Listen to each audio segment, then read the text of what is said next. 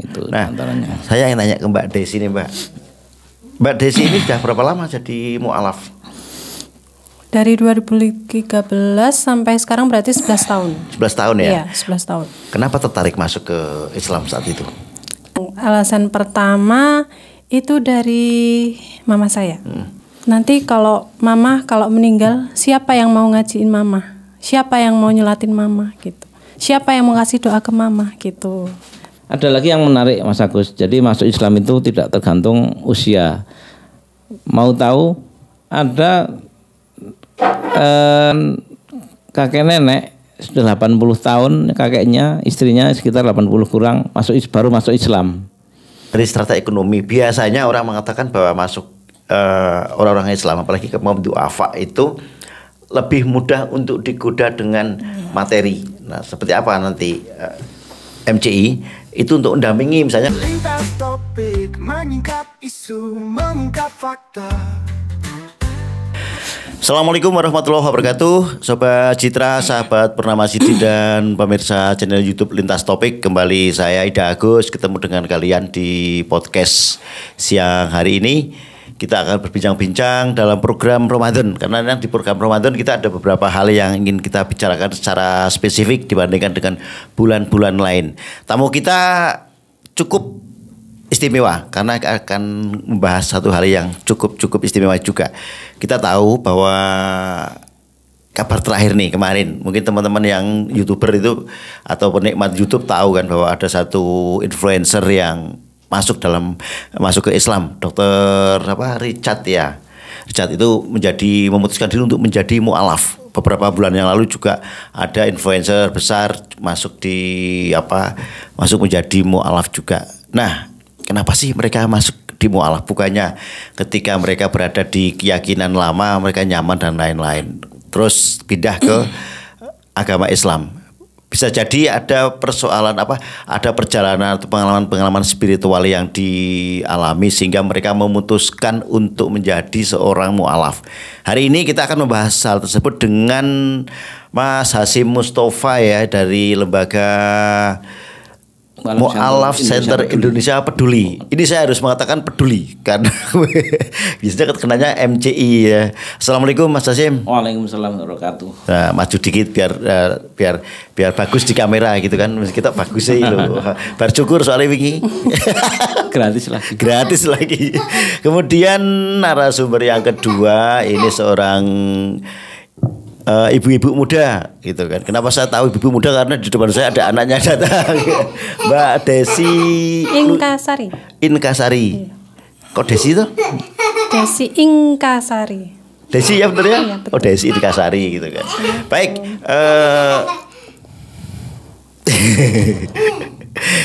Mas Hasyim. Ya. Kita ingin tahu nih Mas, MC itu apa sih?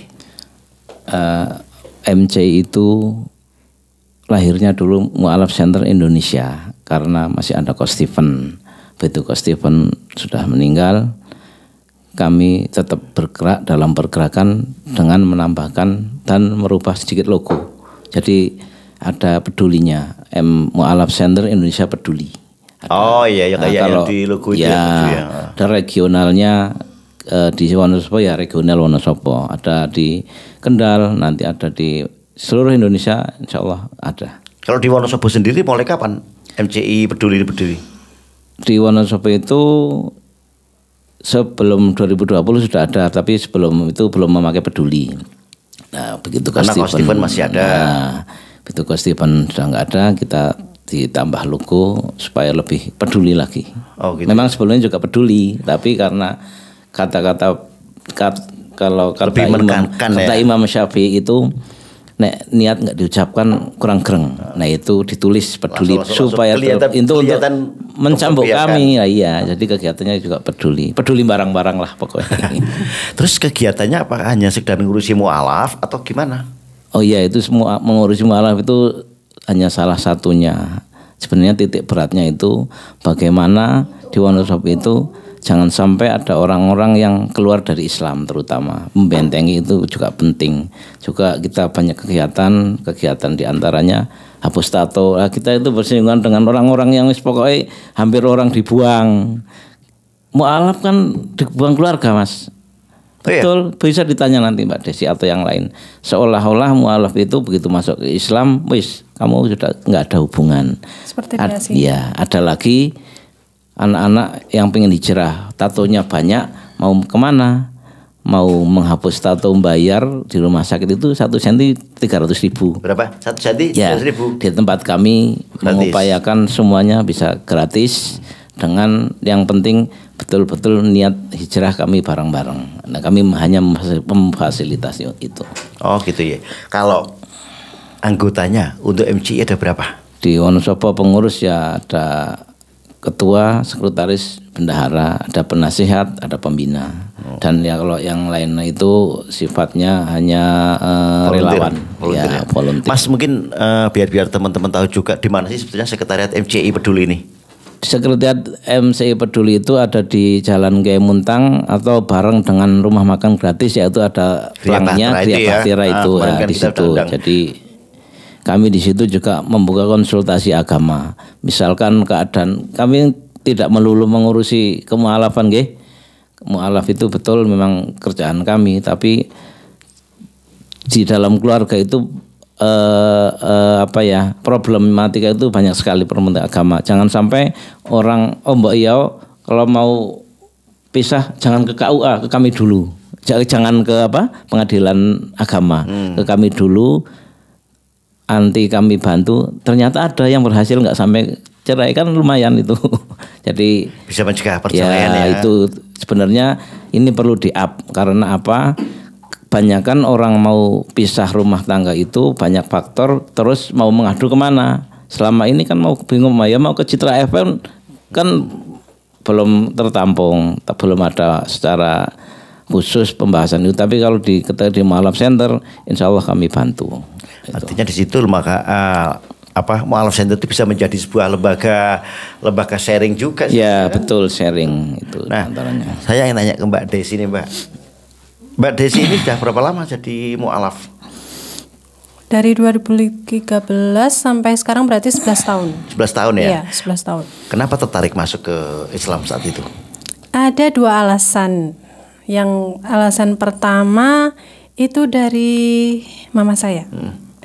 Mama saya itu pernah bilang dulu bilangnya, Ing gitu, Ing katon panggilan keluarga ya. Terus bilang, Ing masuk ke Islam dong. Mamanya Muslim? Muslim, iya.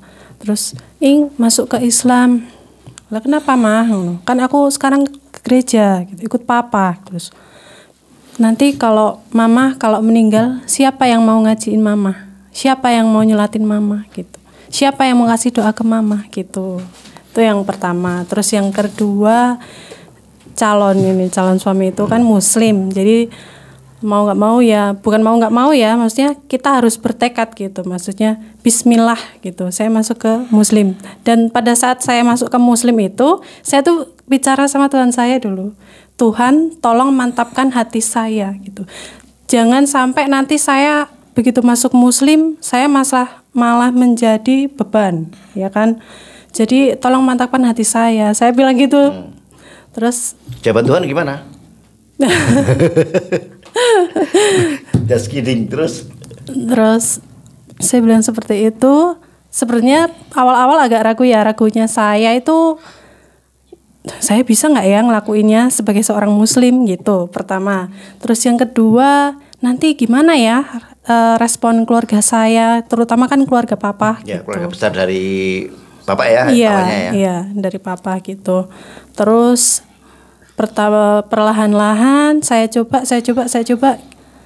Ada suatu problem. Problemnya ketika saya sudah menjadi seorang Muslim, ada keluarga papa yang menentang. Menentangnya begini, kok kamu tiba-tiba masuk Muslim gitu? Kan kamu dari kecil kan ke gereja terus gitu. Terus saya jawab, saya pindah ke Muslim yang pertama adalah untuk mengikuti mama saya, karena mama saya seorang Muslim gitu. Terus yang kedua, saya memiliki calon suami juga seorang Muslim. Jadi ada yang bilang kalau istri itu harus patuh dengan suami, kan nggak bisa kan, kalau kita menikah kan beda agama kan nggak bisa, jadi nggak boleh ya. Terus ya udahlah Bismillah gitu, akhirnya ya mantapkan hati untuk gitu. Sebelum jenengan mengucapkan syahadat ya, artinya kan harus ada orientasi nih. Apa yang disampaikan betul, jangan sampai ketika aku berpindah keyakinan masuk ke Muslim itu menjadi beban. Apa sih yang ada dalam pikiran Mbak Desi tentang Islam? Islam itu menurut saya unik ya. Jadi saya itu dulu herannya tuh gini, kok bacaan Arab tuh bisa dibaca gitu loh. Tulisannya aneh ya? Iya, kok tulisannya aneh. Saya bilang kok kayak aksara Jawa gitu. Terus yang kedua mungkin kalau Islam itu kan biasanya kan kalau beribadah harus sholat 5 waktu gitu. Ada keteraturan dalam ada keteraturan gitu. Terus lebih kalau dalam lebih ini lebih disiplin gitu kan. Iya. Terus pakaiannya juga tertutup gitu, lebih nyaman dipandang gitu. Saya merasa saya kok seperti tertarik begitu.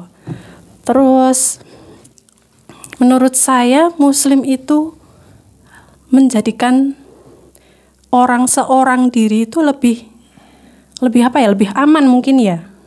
Lebih aman. Terjamin, iya. Maksudnya ada yang menjaga gitu. Lah Mbak Desi, ketika jenengan memutuskan jadi Muslim, tanggapan dari tadi kan dari keluarga papa ya. Iya. Tapi dari papa sendiri gimana saat itu?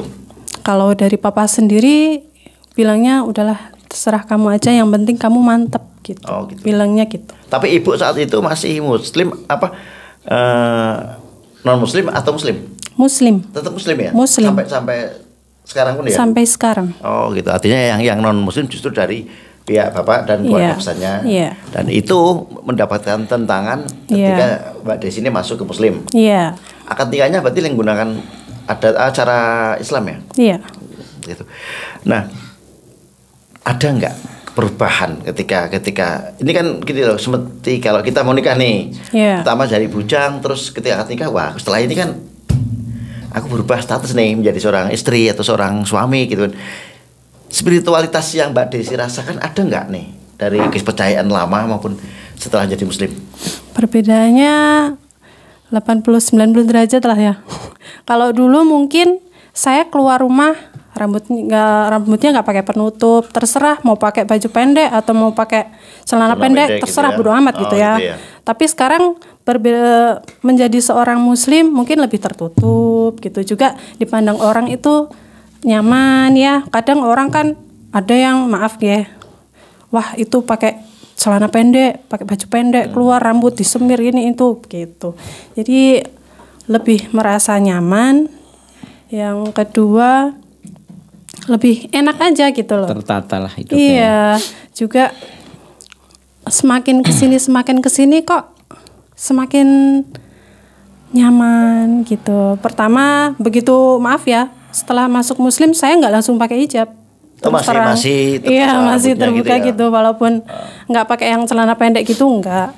Cuman ya perlahan-lahan.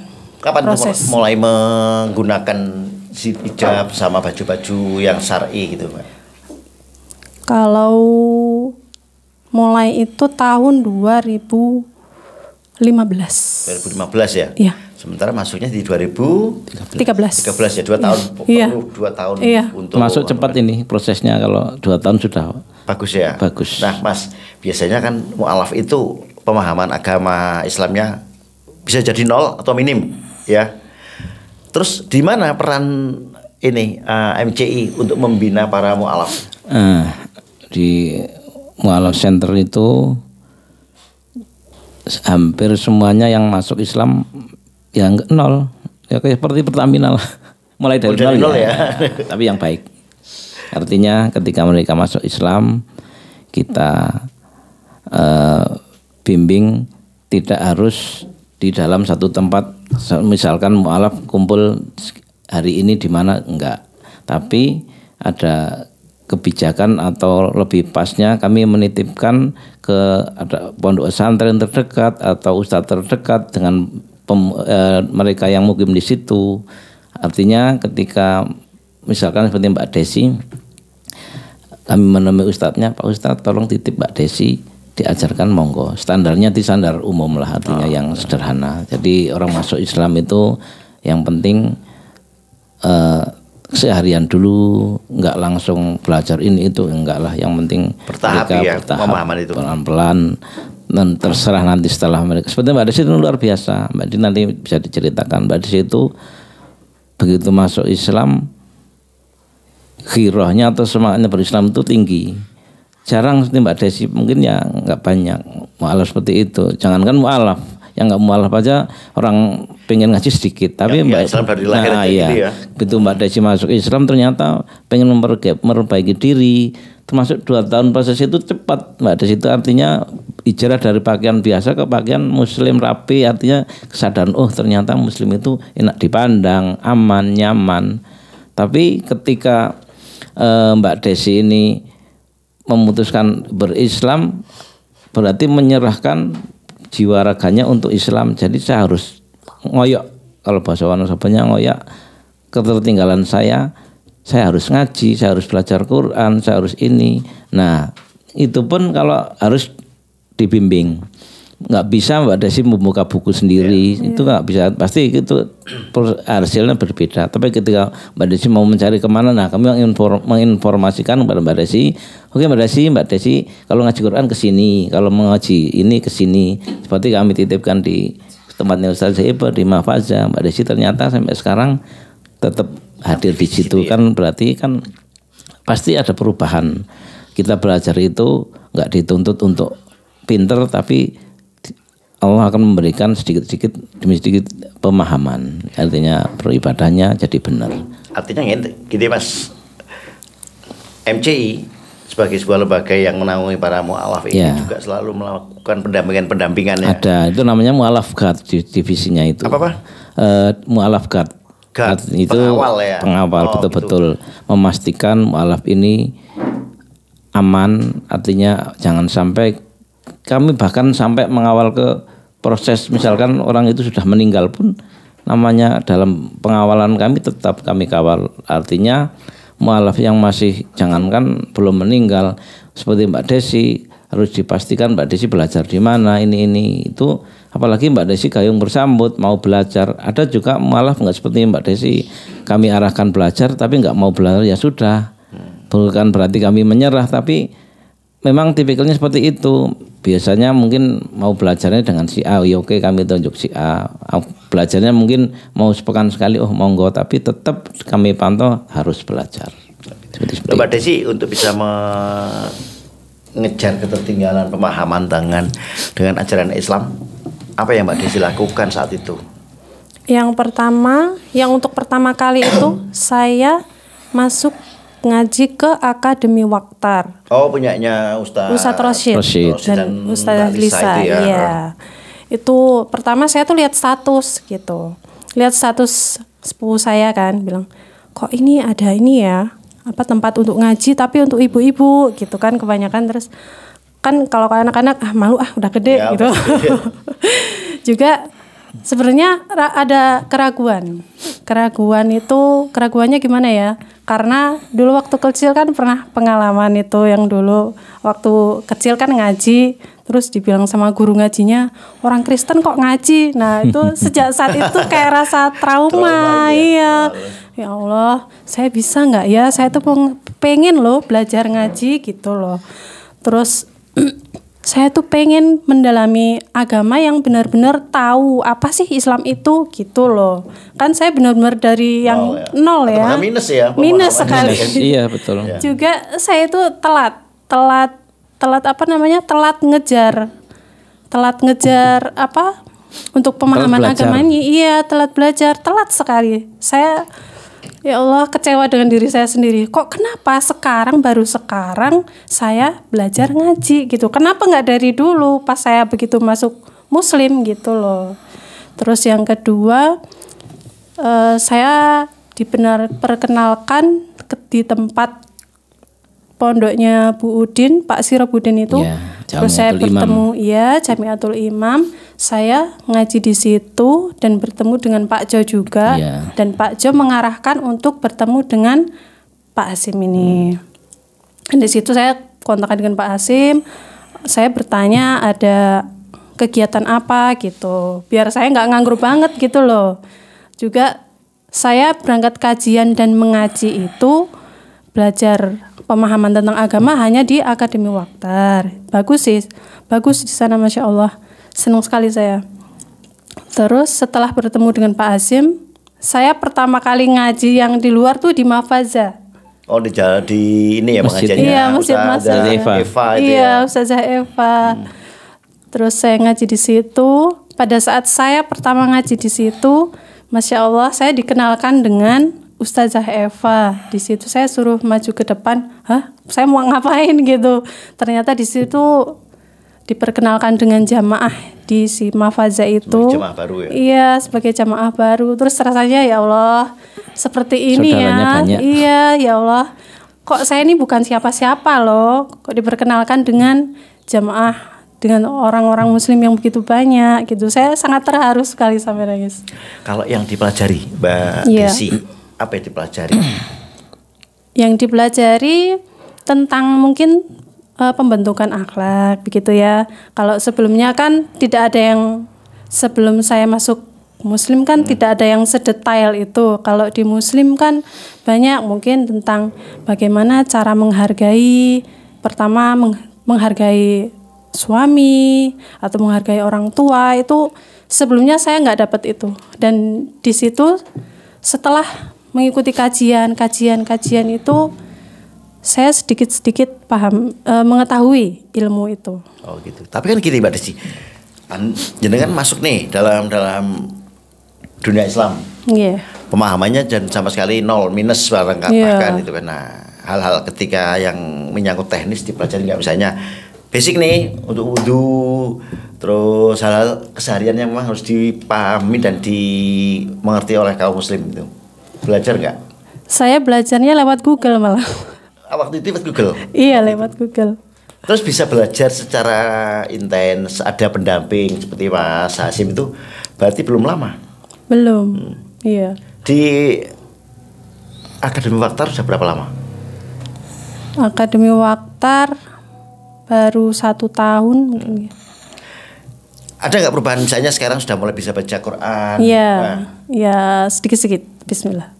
Tapi kesulitan nggak sih? Ini kan awal-awal kecil kan nggak paham dengan dunia dengan bahasa dengan tulisan-tulisan Arab itu kan. Iya, awal-awal kok kan dari jilid 1, 2, 3 dan 4 kok lama-lama susah ya, bisa nggak ya saya lulus gitu maksudnya. Terus kan setiap hari kan di Akademi Waktar itu setoran bacaan. Terus ketika ada makhraj huruf yang salah nanti dibetulkan. Oh ini begini, oh ini begini gitu. Harusnya pelafalan hurufnya didengungkan, ini tidak. Harusnya diikhfakan, ini tidak. Jadi menjadi tahu. Artinya gitu. Di akademinya Ustadz Rosyid ini betul-betul Mbak Desi merasa dapat ilmu ya. Yeah. Bagaimana menjadi, khususnya membaca Quran ya. Yeah. Membaca Quran yang benar kan. Yeah. Dan di situ ada makhraj, Yeah. ada mungkin iklab dan lain-lain, tajwidnya itu betul-betul harus paham gitu kan. Yeah. Lah, Mas Hasim, berapa banyak sih sebetulnya dalam 1 tahun misalnya nih proses orang-orang yang memutuskan dari mu'alaf. Terus bagaimana syaratnya ketika orang itu ingin jadi mu'alaf? Dunia mu'alaf itu apa ya, nggak bisa diteks atau diperkirakan atau ditarget. Jangan ditarget. Bukan, istilahnya begini. Ada dulu waktu saya baru di Mu'alaf Center, oh iya ya, tugas saya harus mengislamkan orang. Itu kan orang di luar kan seperti itu. Obsesinya seperti itu ya. Seperti itu. Tapi ketika begitu masuk, kita yang mau masuk Islam itu Mu'alaf Center hanya satu pintu, salah satu pintu untuk masuk Islam secara sertifikat. Bisa lewat KUA, bisa lewat Mu'alaf Center, bisa lewat rumah mu'alaf di Pondok itu ada. Jadi ketika ada mu'alaf, kami dapat laporan ini ada mu'alaf baru mau mengganti identitas atau KTP dari agama lama ke agama Islam. Kami urus seperti itu, pernah kan seperti itu. Jadi kami juga membuat surat ke gereja menyatakan bahwa orang ini sudah masuk Islam supaya pihak gereja tidak mengganggu lagi. Itu penting.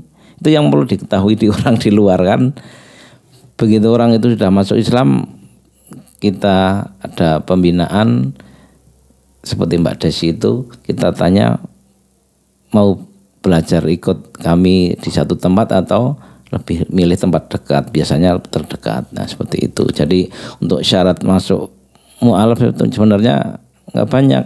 Seperti Mbak Desi aja tadi, setelah punya tekad besar, mengkosongkan betul-betul apa ya, kita siap-siap mau diisi untuk kembali ke Islam. Kan orang di dalam kandungan sebenarnya sudah dijanji orang itu Muslim sebenarnya begitu. Mbak Desi kan orang-orang yang kembali. Luar biasa Mbak Desi ini. Jadi di Wonosobo itu di data di luar kami seluruhnya kami mendapat data dari seseorang sekitar 450 itu dari tahun berapa ya? Sekitar 10 tahun yang lalu atau 15 tahun yang lalu. 450-an. Jadi ketika yang lewat mu'alaf center itu hanya beberapa, sedikit sekali. Tapi sekali lagi tugas kemu'alafan atau mu'alaf center itu tidak melulu ngopeni yang mau masuk Islam, tapi menjaga betul-betul saudara-saudara kita jangan sampai digoda untuk keluar dari Islam. Ada kasus seperti itu. Oke, saya pernah mendengar topik nanti itu tentang kasus ya, di sesi di segmen berikutnya. Ya, siap. Banyak kan latar belakang apa sebelum di Muslim? Agamanya. Agamanya. Itu ya latar belakangnya dari Katolik, dari Kristen, dari Buddha juga ada. Ada. Mbak Desi dulu circle non Muslim. Iya. Ketika memutuskan untuk menjadi seorang Muslim, ada nggak perubahan circle atau jangan-jangan teman-teman masih mempengaruhi dan lain gitu loh? Ada. Dulu kan saya perginya sama mungkin kebanyakan orang Chinese gitu. Terus begitu saya sudah masuk ke Muslim, mereka pada jauh gitu. Kamu itu Desi udah masuk Islam gitu. Sudah bukan teman, bukan saudara lagi gitu ya. Udah bukan pesti gitu kan, gitu ya. dikatakan begitu. Terus saya sempat mencoba untuk menghubungi mereka, tapi mereka tidak merespon. Itu yang dialami. Iya. Terus gini, kita banyak nih mendengar curhatan ataupun baca-baca kisah mereka yang hijrah ke Islam itu sendiri biasanya banyak diuji, baik dengan ekonomi ataupun hal-hal yang lain. Apa yang Mbak Desi rasakan? Yang pertama memang berat ya. Islam itu berat. Maksudnya saya rasa kok pertama-tama bisa nggak ya saya melewati. Kadang kan awal-awalnya terasa berat, terus datanglah manusia kan nggak ada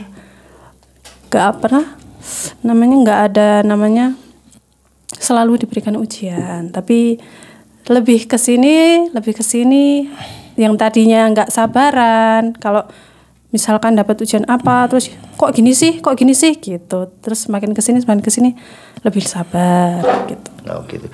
Mbak Desi masuk di usia berapa? Masuk ini Islam bersyahadat itu di usia berapa?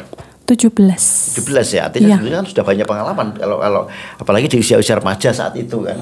Aktif di kegiatan-kegiatannya kayak di sekolah minggu dan lain-lain sebelumnya. Iya, aktif.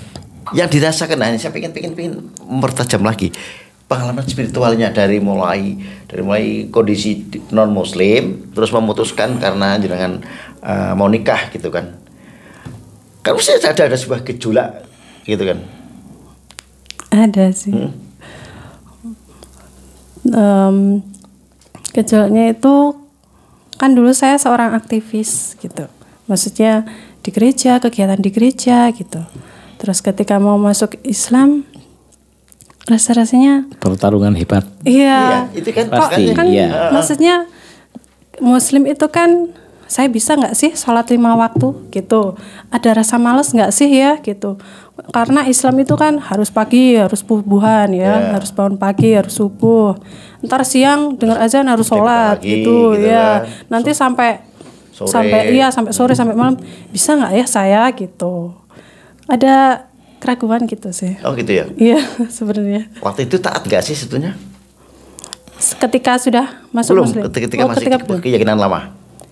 Ada di waktu taat berangkat ke gereja terus. Ada di waktu saya malas gitu. Mungkin ada beberapa hal ya yang bikin saya malas ke gereja gitu.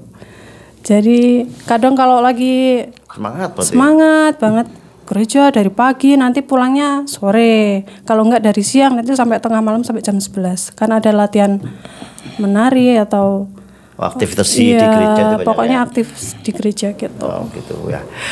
Mas Hasim tadi kan sampaikan Siap. ada kata kunci nih, sertifikat ya kan. Ya. Loh, bukannya cukup dengan ini jabat tangan untuk mengucapkan syahadat itu sudah masuk kriteria sebagai seorang muslim. Kenapa harus ada sertifikat?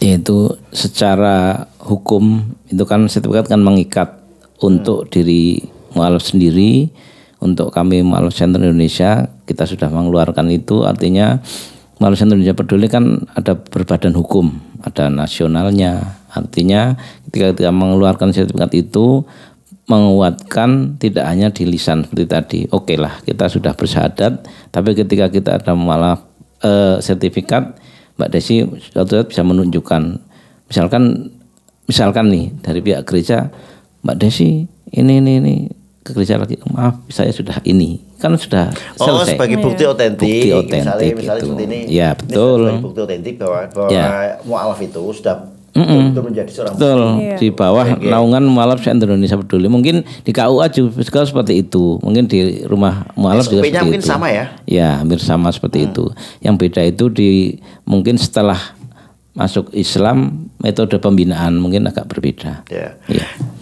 Sertifikat itu tadi disampaikan sebagai bukti ya. Ya. Jadi tadi ketika ada hal-hal yang tidak diinginkan sudah bisa menolak. Ya, betul. Itu Bisa nggak itu nanti juga dilakukan ketika mualaf ini meninggal dunia? ya bisa. Pernah punya pengalaman? Pernah. Pertama seperti ini. Ketika sertifikat itu kita keluarkan, kita memastikan si mualaf tersebut mengganti administrasi.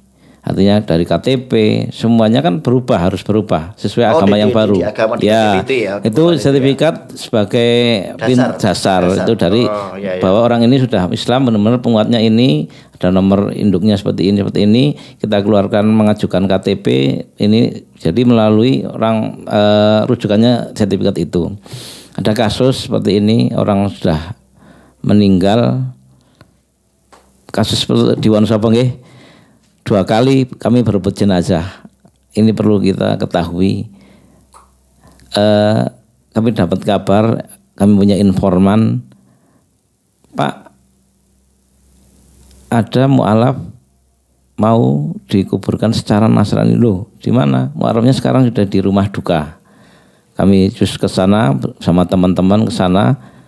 Jadi kami dialog dulu dengan keluarganya.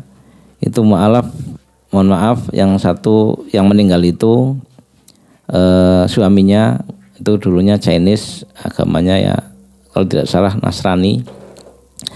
Begitu meninggal sudah dipeti mati, sudah di rumah duka, siap dibawa ke pemakaman prosesi secara Nasrani, tapi kami datang, kami dialog dulu dengan keluarga suami, kekeh mereka pokoknya harus dikuburkan secara Nasrani.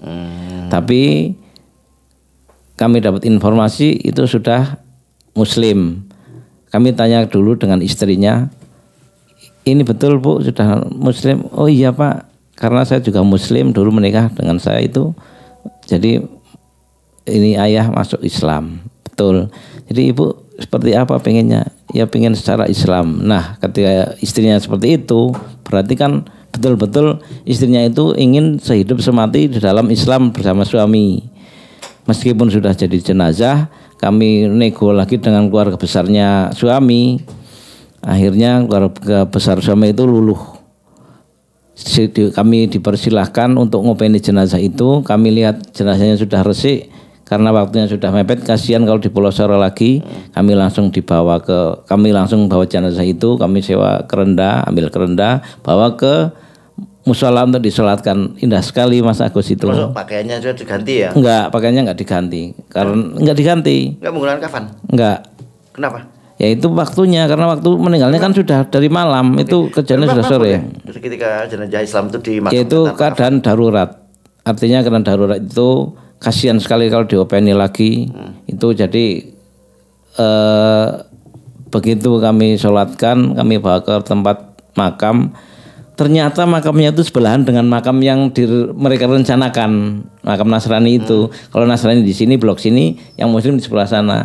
Akhirnya keluarganya suami itu yang mu'alaf itu ikut, anak-anaknya, neneknya, kakaknya, bapaknya ikut, keluarga besarnya ikut mengantar ke pemakaman prosesi jenazah itu saudaranya itu. Nah, kami di situ kami berdoa mudah-mudahan mereka mendapat hidayah karena melihat prosesi itu. Islam kan indah seperti yang dikatakan Mbak Desi. Mbak Desi mungkin belum pernah menyaksikan penguburan jenazah, tapi kami begitu dapat kasus seperti itu, dalam tanda kutip kami menyelamatkan mu'alaf tadi sampai betul-betul prosesi secara penguburan secara Islam. Ada lagi satu menarik kasus sama sebetulnya, rebutan jenazah juga Mas Agus. Mu'alaf ini meninggal, sudah di peti mati, sama sudah di rumah duka. Kami dapat informasi, kami hadir ke situ, kami didampingi warga tempat mereka dulu bersahadat, tempat orang ini bersahadat mu'alaf ini. Jadi ada di situ ada Pak RW, ada yang lain, ada warga, ada Pak RT, ada saksi-saksi menyatakan betul ini dulu syahadat di masjid kami. Kan itu betul-betul mu'alaf. KTP juga sudah Islam. Begitu keluarganya pengen, keluarga suami ini sama juga tadi juga ini keluarga Nasrani kan dari suami terus keluarga besar suami menginginkan penguburan jenazah itu tetap menggunakan cara Nasrani. Kami nego-nego lagi, sudah alot. Kami terakhir lagi-lagi tanya istri. Peran istri sudah luar biasa Mas Agus. Artinya hidup mati itu ketika suami meninggal dulu mau diapakan suami itu penguburannya tergantung istri. Ketika istri boleh seperti tadi yang pertama, kami ingin seperti Islam.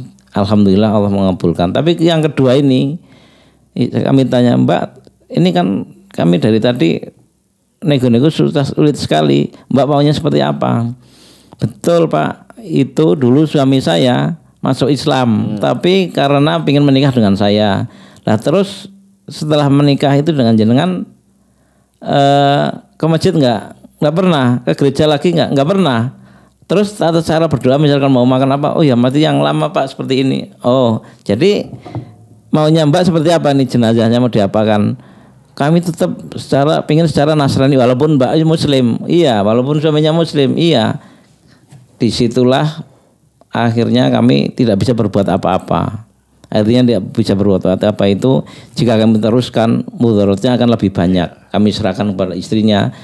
Berarti Anda sebagai istri itu harus tanggung jawab dunia akhirat. Harus mempertanggungjawabkan kelak karena suami sudah betul-betul Muslim. Meskipun ya itu agama. Betul itu kan itu pengecualian. Beda kasus ya. Beda kasus.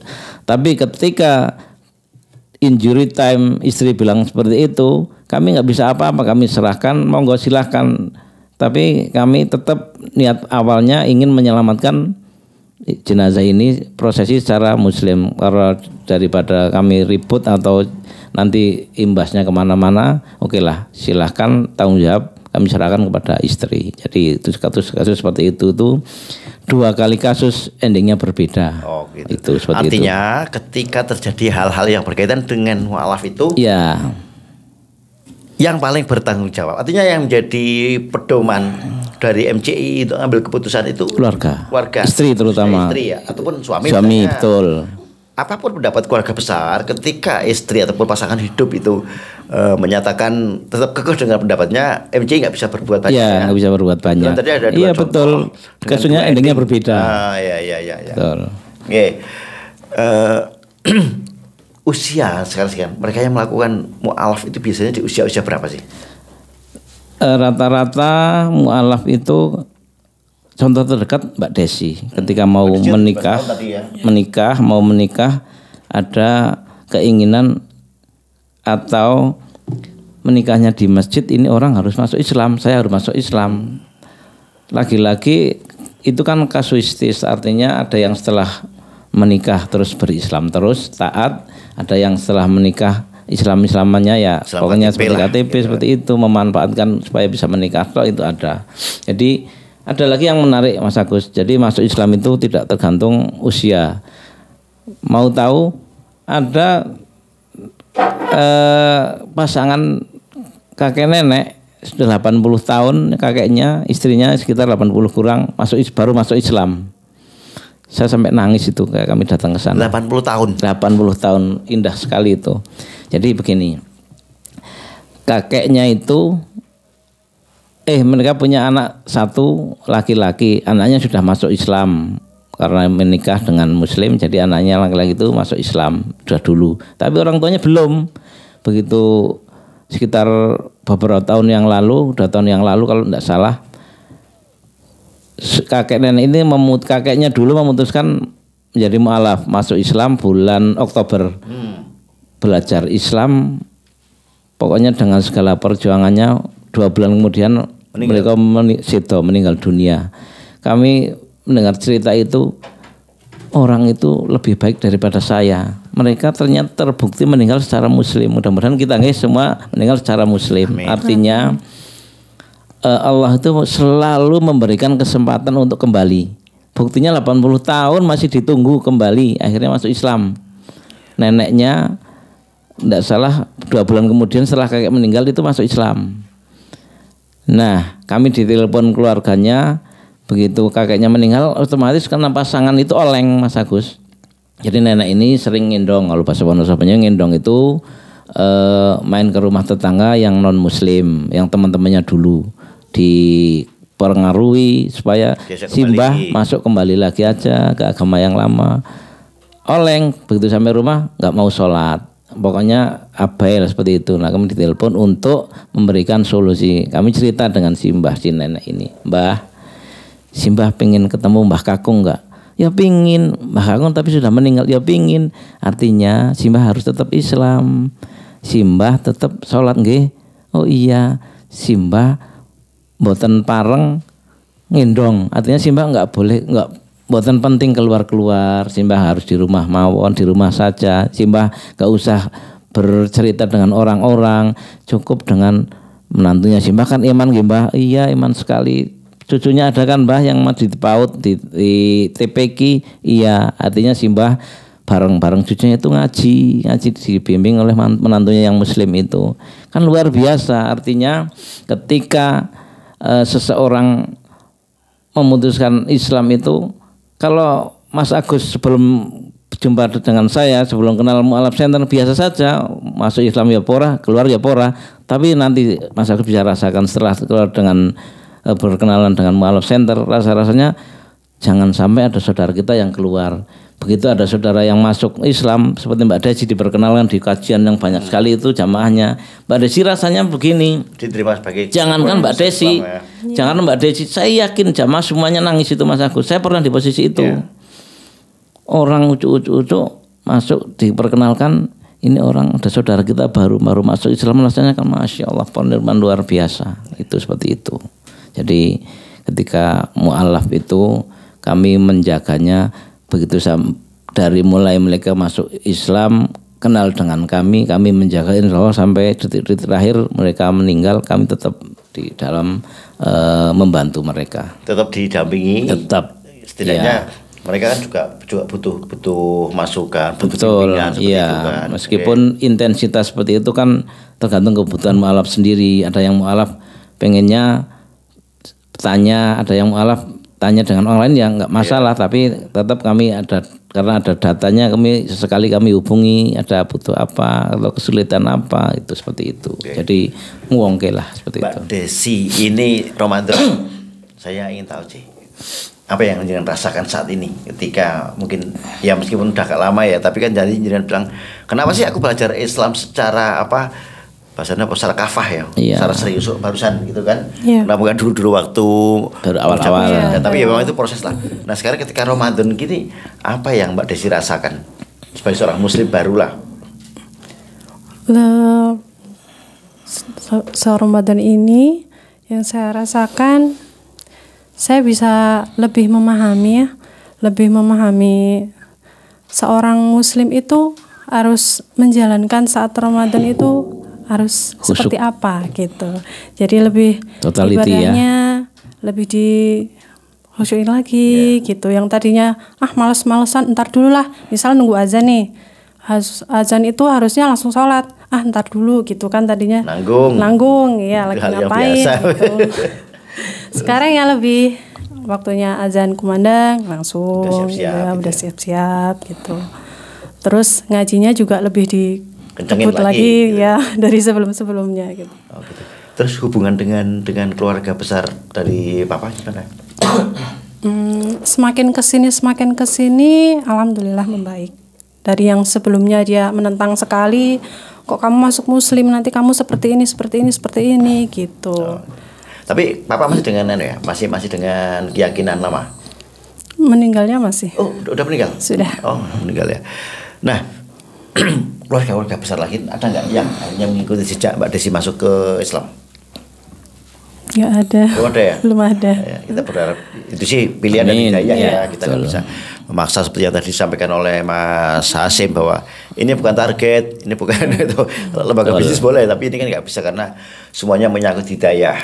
Kadang-kadang nggak hal-hal yang nggak seberapa penting itu bisa menjadi pintu masuk. Gitu, tapi kan? Ada seperti ini Mas Agus. Artinya ketika kita melihat orang di luar Islam atau pasangan yang salah satunya muslim, satunya belum, kita bisa mendekati mereka. Salah satunya itu yang non muslim punya kecondongan enggak ke Islam. Berarti kalau akhlaknya baik, misalkan istrinya itu non muslim, suaminya muslim, kita bisa cari tahu dengan suami juga sebenarnya pengen memperjuangkan.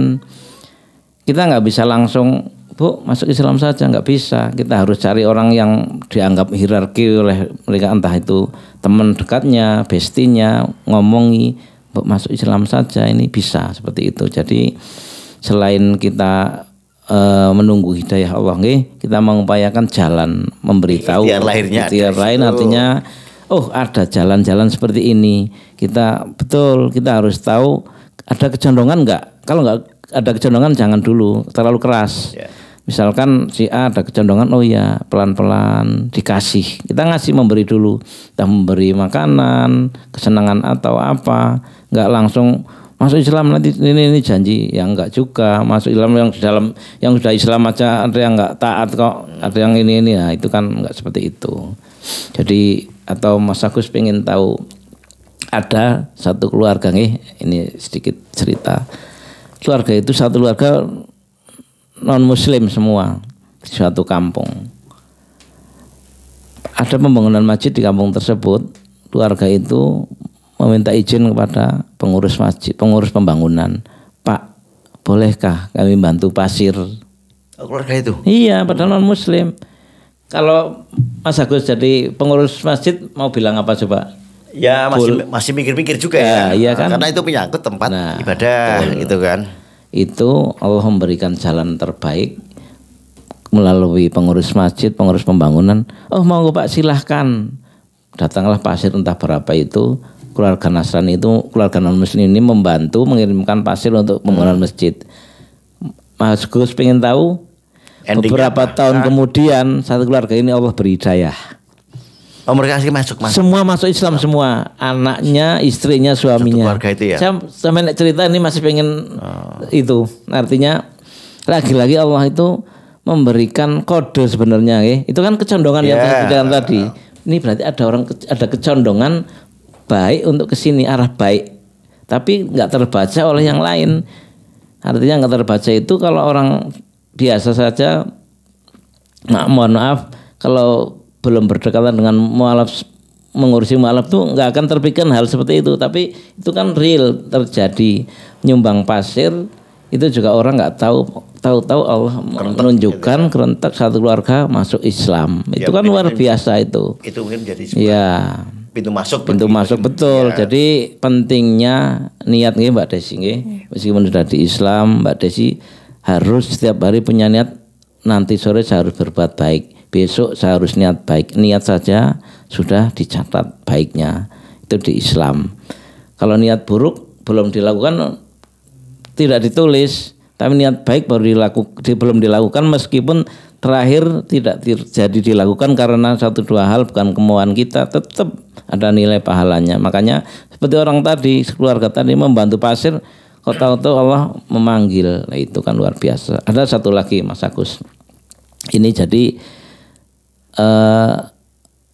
suami istri itu dulu waktu sebelum menikah, istrinya muslim taat, suaminya non muslim taat juga, menikah akhirnya istrinya ikut murtad. Kaget teman-temannya, loh Mbak kok jadi masuk? Ya saya ikut suami. Apa sih yang bisa ngomongi orang jatuh cinta itu? Siapa yang bisa? Nggak bisa. Sama seperti kita nggak bisa menolak terbitnya matahari, tapi kita bisa payungan. Tapi ketika orang jatuh cinta keluar dari Islam, ya udah, keluarga besarnya pun pasrah. Akhirnya setelah menikah punya bisnisnya ambruk. Dia teringat satu teman ini, suaminya yang non muslim itu. Bu, saya teringat temanku, Bu. Begitu dia usahanya bangkrut, dia masuk Islam, usahanya kembali. Dia masih menggunakan jalan bisnis nggih, itu kan iya, itu. Iya, berarti kalau kita masuk Islam bisa jadi seperti ini. Akhirnya istrinya ini secara diam-diam diajak suaminya ke Jakarta. Suaminya diam-diam nggak bilang dulu mau kemana. Menemui orang tersebut, rekan bisnis itu sudah punya ustadz pembimbing. Bu, saya ajak ke Jakarta, tempat mau ngapain? Oke, kita jalan aja. Sampai sana, Masya Allah, Bu, saya mau syahadat. Ibu juga harus. Istrinya seperti apa pendapatnya? Kaget. Saya dulu non muslim, dimurtadkan oleh suami. Sekarang suami yang minta sendiri supaya masuk Islam. Kan luar biasa, langsung terbuka. Itu orang kalau cerita ke saya, wah luar biasa. Orang itu punya bisnis, akhirnya sekarang sudah masuk Islam semua, anak-anaknya 2 diajak semua, punya tempat, menghubungi kami Mu'alaf Center Indonesia. Pak, saya punya resto, silahkan satu tempat kami wakafkan untuk musola atau untuk kajian, dipersilahkan. Kan luar biasa itu.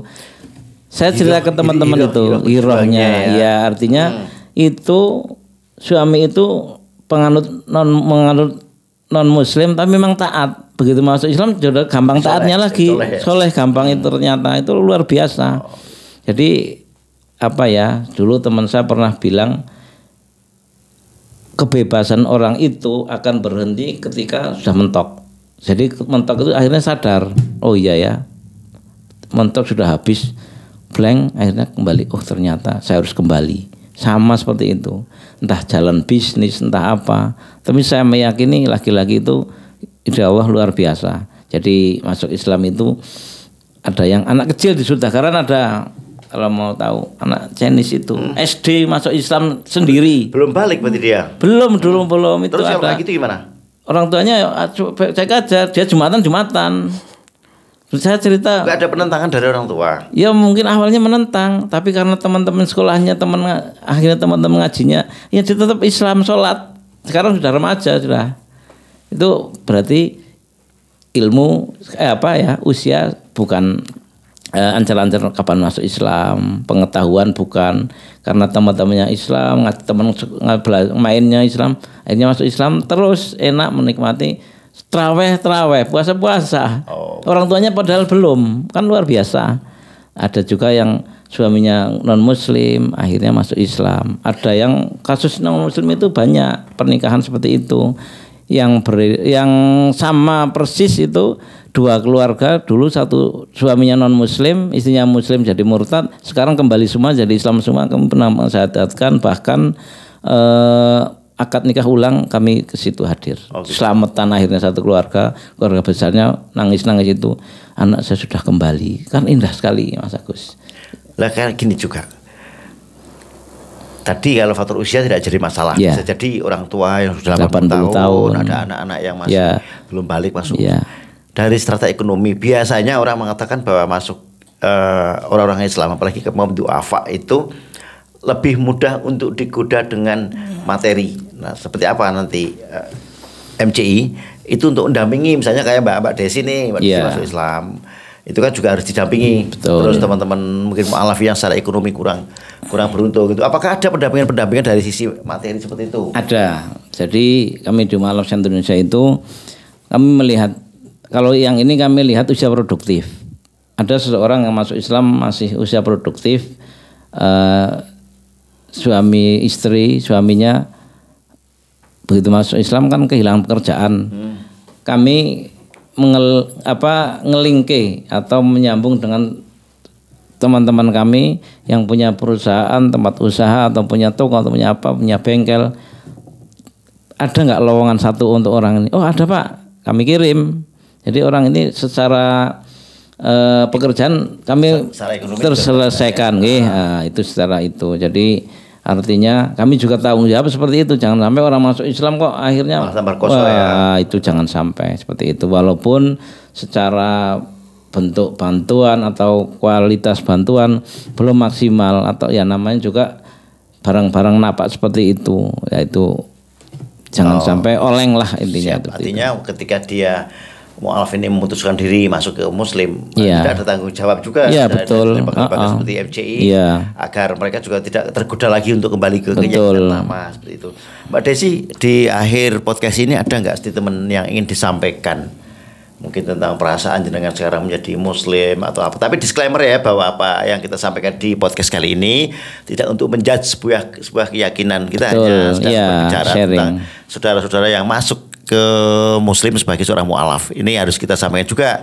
Jangan sampai ada pandangan bahwa ini kok kayak gini, kok menyinggung-nyinggung tentang kepercayaan lain. Enggak. Ini ya memang hijrahnya memang dari kepercayaan lama masuk dalam agama Islam seperti itu. Silakan Mbak Desi, mungkin ada yang ingin disampaikan. Kalau saya hanya mau bilang, ketika seorang mau pindah agama, misalnya mau meyakini sebuah agama, jangan untuk main-main gitu aja. Harus mantap Iya. hatinya, ya. Oke. Mas Ustadz silakan. Pada semuanya entah itu yang sudah mu'alaf atau masih Islam dari lahir, orang tuanya Islam dari lahir, kita diberi kesempatan sekaligus diberi tanggung jawab, memikul tanggung jawab untuk belajar. Ayat yang pertama turun itu Iqra. Belajar agama apa yang ketika orang kok melek mata harus belajar. Artinya belajar melek, memahami lingkungan situasi, memahami begitu seperti Mbak Desi masuk Islam, kita harus belajar, harus semangat saja tidak cukup kalau ekonominya lemah. Ya, artinya harus belajar, ya harus penerimaan sabar, ya harus membenahi ekonominya. Jangan sampai masuk Islam jadi bahan olok-olok. Tuh gara-gara beda Itu Islam, betul, ya. Kacau gitu kan? Kalau mau tahu lagi, orang masuk Islam enggak semuanya orang masuk Islam ekonominya kacau, enggak juga. Ada orang kaya raya masuk Islam banyak sekali di depan di awal masukku sampaikan orang-orang sukses masuk Islam karena apa? Itu meningkat paham, terus tahu betul orang Islam itu ternyata kecuali resik ya disiplin. Hidup itu apa sih kalau enggak disiplin sama resik yang dicari? Kan enggak ada. Apa coba? Sudah resik, disiplin, waktunya sholat, waktunya makan, kerja, kan ada aturannya. Itu seperti itu. Jadi kami Mu'alaf Center Indonesia Peduli membuka sekali atau terbuka bagi siapapun, mulai dari kemu'alafan, mulai dari hapus tato anak-anak hijrah, silahkan datang ke kami atau konsultasi keagamaan. Jangan sampai urusan rumah tangga langsung dibawa ke pengadilan, ke kami dulu. entah Allah itu mentakdirkan Anda berpisah atau berlanjut dalam satu keluarga, tapi upaya ini juga mudah-mudahan selalu mendapat ridho Allah. Artinya ketika Allah ridho, meskipun Anda cerai akhirnya, tapi dalam keridhoan. Kontak personnya ya, nah, mungkin teman-teman pengen tahu. Gitu. Untuk mengontak Mu'alaf Center Indonesia Peduli Wonosobo bisa ke nomor WA kami 0857 1008 7308. Kami ulangi 0857 1008 7308 dengan saya sendiri Hashim Mustafa. Tempat kami berada di Jalan Kiai Muntang atau di Gria Bahtera. Insya Allah bisa kontak dulu dengan kami untuk hal-hal yang perlu kita bahas. Nanti bisa kita jadwalkan pertemuannya. Oke, Mas Hasim dan Mbak Desi, terima kasih bincang-bincang kita yang luar biasa itu kan. Jadi teman-teman sekalian, yang namanya hidayah itu tidak pernah kita ketahui. Kadang-kadang kita tidak pernah merasa ataupun tidak pernah bermimpi tiba-tiba Allah memberikan hidayah untuk perubahan yang akan merubah cerita hidup kita selanjutnya. Mbak Desi selaku non muslim sudah memutuskan untuk masuk sebagai seorang Islam. Kita berharap dan berdoa semoga tetap istiqomah, Mbak. Amin. Karena ada putra, ada keluarga yang harus dijaga, dan inilah konsekuensi yang diambil dalam sebuah perjalanan spiritual dan keimanan. Baik ya teman-teman sekalian, demikian pembicaraan siang hari ini. Semoga apa yang kita bicarakan bisa mendapatkan perhatian, ada referensi yang bisa kalian dapatkan. Karena sebetulnya Islam itu indah kok. Islam itu menjadi sebuah rahmatan lil alamin gitu. Dan satu hal, tidak ada paksaan dalam beragama dan tidak ada paksaan dalam beribadah. Semua tergantung pada keyakinan masing-masing. Agama mungkin betul, agama mungkin benar bagi pemeluknya, tapi hanya satu yang diyakini sebagai sebuah kebenaran. Demikian, saya Ida Agus, terima kasih dan Assalamualaikum warahmatullahi wabarakatuh. Waalaikumsalam warahmatullahi wabarakatuh. Lintas topik, mengangkat isu, mengangkat fakta, selalu baru. Setiap cerita, setiap waktu, kami hadir bawa terang yang satu. Lintas topik untukmu dan aku, meningkat dunia tanpa ragu.